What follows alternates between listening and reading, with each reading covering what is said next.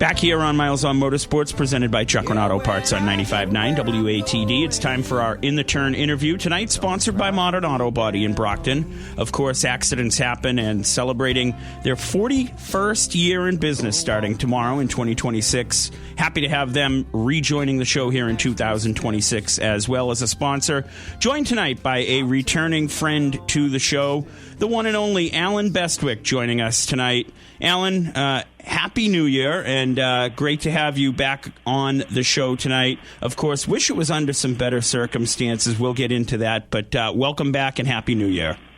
Yeah, same to you, and looking forward to a terrific 2026, and can't wait to turn the corner on the calendar after some of the things that have been happening here lately. Yeah, just an absolutely tough month for sure, and of course, started off the month of December losing Michael Annett, the NASCAR Xfinity driver. Then just a day after our last show, we were off for Christmas last week. Terrible plane accident and tragedy that took the life of Greg Biffle, our friend of the show here, and his family, as well as a few others as well. And then just the other day, we ended up finding out we lost Denny Hamlin's father in a house fire down in North Carolina as well. So certainly want to turn the page here at the end of 2025. But let's jump right into things. And first and foremost, Greg Biffle, guy that you had plenty of interactions with. Of course, the one big thing we will talk about is his first NASCAR Career Cup Series win, which you called. But also just the person he was to you, Alan. Who was Greg Biffle, and what did he mean to the NASCAR world? Yeah, Greg was a guy who was really comfortable in his own skin, first of all. Greg was a guy who was at a great spot in life, was enjoying life. He was a racer in his heart through and through. But he also knew how to step away from it and have a good time, how to manage his life and his interests while he was a full-time racer. And you've seen through the headlines of a few years ago especially, Greg was a philanthropist. Greg cared about people and didn't hesitate to find ways that he could use his skills and his interests and his connections to try and benefit people who were hurting and who were in need. Great guy, easy smile, and obviously a person whose presence we're going to miss for on a number of levels. Yeah, and we obviously caught him at the SRX race just a couple of years ago at Stafford.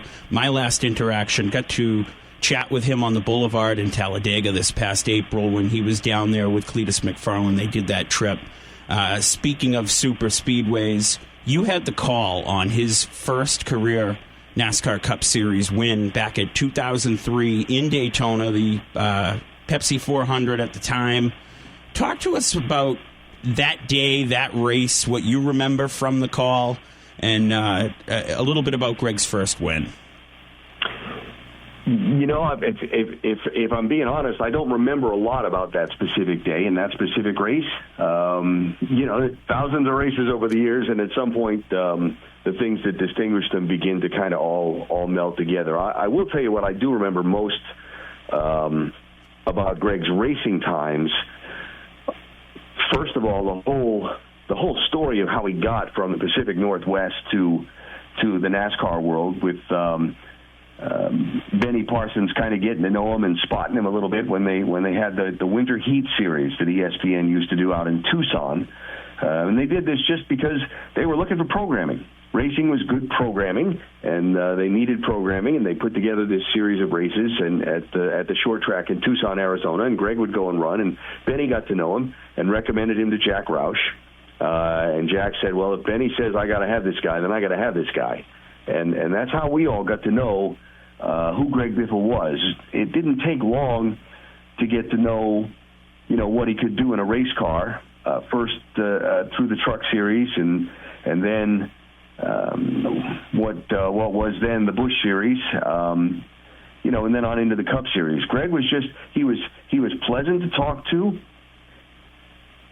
You couldn't often tell if he was having a great day or a bad day because he was always very level, easy smile and an easy conversation and so on. Didn't shock any of us that he went on to win and be very successful at the Cup level. And, it just, like I said, I don't remember much about that specific day. I just remember that all of the time from when we first got to know him to probably the last time I talked to him. I just don't think Greg ever changed. He was approachable. It was the same conversation. It was an easy conversation, and always one that you walked away from feeling like you'd learned something. You mentioned a name, Benny Parsons, and when we had Greg on the show just 2 years ago here, one of the things he had brought up when we had talked to him was about Benny Parsons finding him, and just what a special guy Benny was. So, I mean, you had a working relationship not only with Benny, but also calling races for Greg. What are some of the characteristics both of those two guys really shared in life? Yeah. They were very, very similar people. Benny was one of my best friends in the world, and actually here in another week and a half or so, coming up on the anniversary of his passing, and it's hard to believe it's been as long as it has. But Benny and Greg both were really down to earth, humble people. B, both had a real passion for the sport of racing, and sharing that passion with other people, with fans, with other competitors, whatever it might be. So they really, it was an easy connection for those two because they were very similar people in disposition and in their approach to things. And Greg never lost that approachability and that ease of conversation, no matter who you were, whether you were the CEO of a sponsor or you were, just a fan looking for an autograph. Greg was always the same guy, and Benny was just that way as well. In the later stages of Greg's life, he began to grow an online presence. What was your takeaway of the influencer Greg Biffle era? Yeah,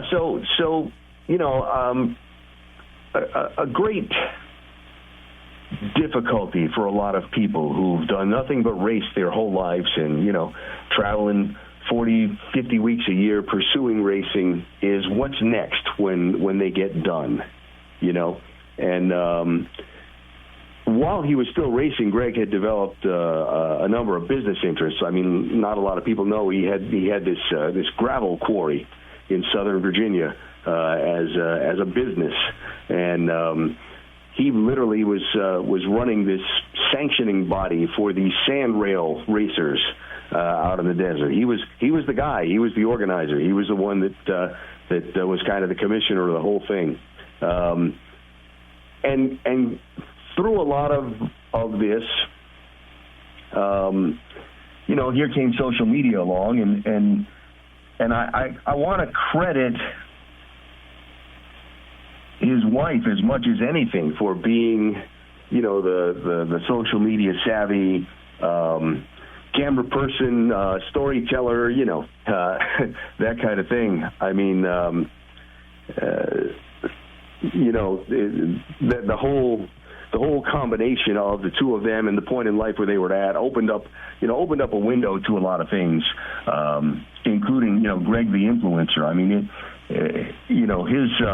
his connection with the Cletus McFarland character and the people that put that whole thing together was just a very natural extension of who Greg Biffle was. Fun loving.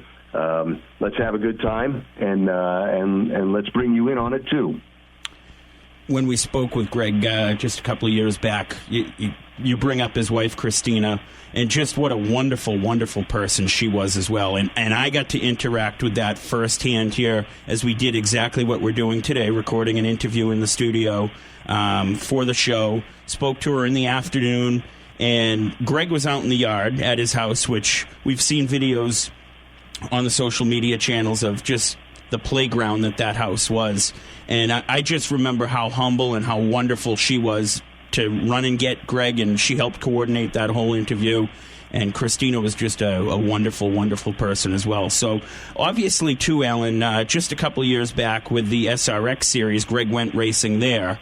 And a lot more, if I were to at least see it from an outside perspective, and you can correct me if I'm wrong, a little bit more laid back in the sense of the day-to-day racing operations, a little bit more fun there. What were some of the interactions you had with Greg during the SRX series the last couple of years? Yeah. So I would suggest to you that that it kind of showed me a lot of things about Greg that I thought were true, that I learned to be true. After a lot of those races, probably 2/3 of the drivers in the field would scramble to the airport and to the airplanes to get onto whatever their next appearance was, or onto that weekend's cup race or whatever it was. But there were a group of 4, 5, 6 of us that would head toward where they would park the motorhomes and would hang out for a little while. And Michael Waltrip and Willie T. Ribbs and at times, Bobby Labonte, at times, various people here and there, but Greg was always there, and Christina, and got to really get a good sense of where Greg was at in life at that point. And where he was at was kind of right back to what I started with, just very comfortable in his own skin, really enjoying life and enjoying what he was doing, and really settled, I guess you'd call it, into his post-full-time racing career. That's a big transition for a lot of people, really is. And Greg and Christina had really found a groove. I'd say something about Christina too. She was a force. When they started that hurricane relief bit and all that, while Greg was out doing the flying and getting a lot of the attention with some of the helicopter videos, Christina was the one on the phone to different sponsors, to the governor's office, to a lot of the coordination that was being done, gaining products to be brought to people who needed it, organizing relief effort, and what they were doing together was really amazing and brilliant. But the SRX outings, I'll call them, just allowed me to come away with a sense that they were really, really settled in and comfortable and enjoying the post-full-time Cup career life. And that's nice to see, because not everybody gets there. Not everybody gets comfortable with the fact that I'm not a star NASCAR driver anymore. But Greg did, and it was fun to see. You just mentioned his efforts in the hurricane relief. I saw a post on social media saying something along the lines of NASCAR should implement an award, of a humanitarian award, for a driver or a person within the sport that puts effort to making a difference in the community in honor of Greg, similar to an NFL Walter Payton Man of the Year type award. I think that's a fantastic idea. I would love to see that happen. Would just like to hear if you agree or your thoughts on that at all. Well, NASCAR kind of has that already. I think that the idea would be, and Greg received that recognition at the NASCAR Hall of Fame induction. What was that, last year before? I must be having fun because time flies.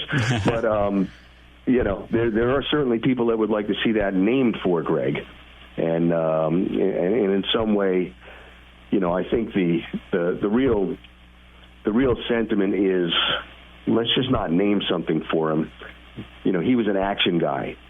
When people needed help up in the mountains of North Carolina, he and his friends, didn't just say, gee, we should help them. They went into action. And I think the sentiment for me is, naming something for him is fine, but let's do something that's actionable in his memory, that can help people the way that he did. So we've mentioned Greg, we've mentioned Christina. Another name in the NASCAR world of things that we did lose just last week was Craig Wadsworth. And I do believe that he had close ties to Kenny Wallace, but also to Michael Waltrip. I don't know if you may have known Craig in your passing in the garage at all, or if you might have a story of who Craig Wadsworth was, because he was a pretty quiet guy, but a pretty well-known guy in the industry. Yeah, I knew Craig. I wouldn't say I knew him well, but I knew him. He's one of those people that are always around and around for years, and always helping out and willing to help out, and just one of those many people who make the traveling show what it is, because the traveling show doesn't happen without people doing the traveling and doing the work. My memories of Craig are mostly, pleasant ones, those interactions, particularly, the SRX years, the post-race discussions, tailgate, if you want to call it. Nice guy. You've seen by the outpouring of memory of him, just the number of people's lives that he touched and the depth of those relationships. And he's just another one of those people that you don't know if it would have been as much fun as it was without him. So, changing the topic a little bit, off-season going on in a sense for you, as you've been doing a lot with the Indianapolis Motor Speedway over the last couple of years. How's Alan Bestwick doing, and what's on the docket for you this coming year? Yeah, I'm good. I'm down here in Florida, other than this little cold I picked up by being up in that cold Northeast over the holidays. Doing great. Waiting for the new season. Actually have a couple of projects that aren't quite ready to be announced yet, but that are in the hopper, and excited about the new season. Indianapolis is going to be terrific. I can't wait to see what the month of May holds again, and like I said, there's a few things going on that I'm not quite at a point where I can talk about them yet, but I'm not done yet. I think I'll be around a little bit more this summer. We like to hear that, and when the time is right, we know where to get a hold of you and talk with you more. Always a pleasure. Great to talk to you, even though it's under these circumstances. We turn the page in about 5 hours or so into a new year, and hopefully things for the NASCAR world will get better in 2026. But always a pleasure, Alan. Thank you for joining us here tonight on Miles on Motorsports, presented by Chuck Auto Parts on 95.9 WATD, and we will talk to you soon, sir. Yes, sir. Thank you. Happy New Year to everybody up in the old home grounds, and let's make it a great 26. Absolutely. Alan Bestwick joining us here on the phone lines, and here's what we're going to do. We're going to step aside, thank our sponsors, let Tim do those reads, and come back with more of Miles on Motorsports, presented by Chuck Auto Parts right here on 95.9 WATD.